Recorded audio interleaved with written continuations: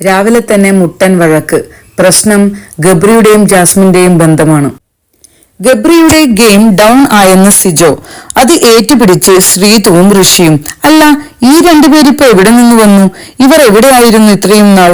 18-ാം നൂറ്റാണ്ടിലെ ബ്രെയിനും വെച്ച് സംസാരിക്കുന്ന ഇവർക്ക് ജാസ്മിൻ ഗബ്രി വിഷയമല്ലാതെ മറ്റൊന്നും തന്നെ പ്രതികരിക്കാനില്ല.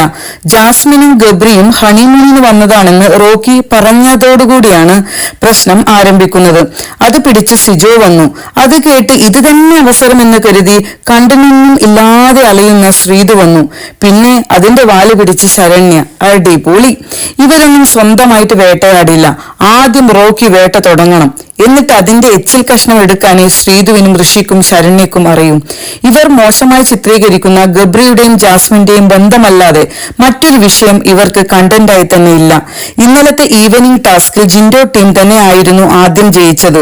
പക്ഷെ അത് സിജോയുടെ ടീം സമ്മതിച്ചില്ല. കള്ളക്കളി കളിക്കാനാണ് ശ്രമിച്ചത്. ബിഗ് ബോസ് സെയിം ഗെയിം വീണ്ടും കളിക്കാൻ ആവശ്യപ്പെട്ടപ്പോൾ വീണ്ടും ജയിച്ചത് ജിൻഡോ ടീം തന്നെയായിരുന്നു.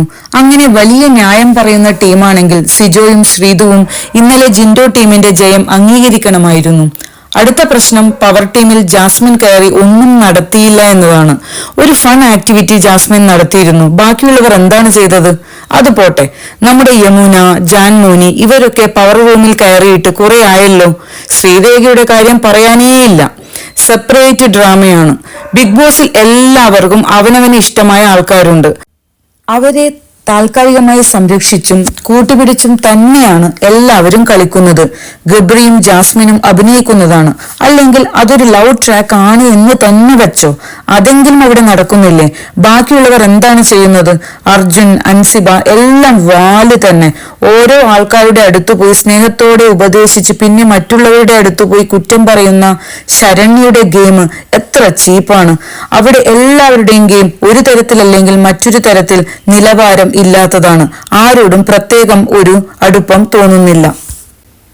ശ്രീതുവും ശരണ്യയും രാത്രി ലൈവിൽ സംസാരിച്ച ഒരു കാര്യം പ്രേക്ഷകർ ശ്രദ്ധിച്ചു എന്നറിയില്ല.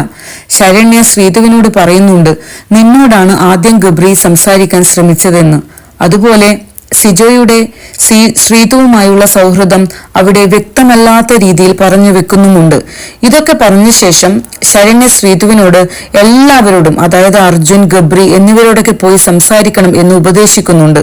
അതായത് ശ്രീതുവിനോട് ചായ്വുള്ള മത്സരാർത്ഥികളുടെ അടുത്തു പോയി സൗഹൃദം സ്ഥാപിക്കാനാണ് പറയുന്നത്. ഇതിന്റെ അർത്ഥം എന്താണ്? അതവർക്ക് രണ്ടുപേർക്ക് മാത്രമേ അറിയൂ.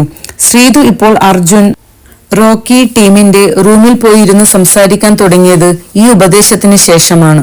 ഇവരുടെ ഗെയിം ആരും ശ്രദ്ധിക്കാതെ പോകുന്ന, എന്നാൽ ചീത്തപ്പേര് ഉണ്ടാക്കാത്ത രഹസ്യ സ്വഭാവമുള്ള ഗെയിമാണ്. ഈ ഗെയിമിന് ഒരുപാട് ഗുണങ്ങളുണ്ട്. ഈ ഗ്യാങ്ങിൽ ആരും ശ്രീതുവിനെ നോമിനേറ്റ് ചെയ്യില്ല. അടിപൊളിയല്ലേ? നന്ദി, നമസ്കാരം.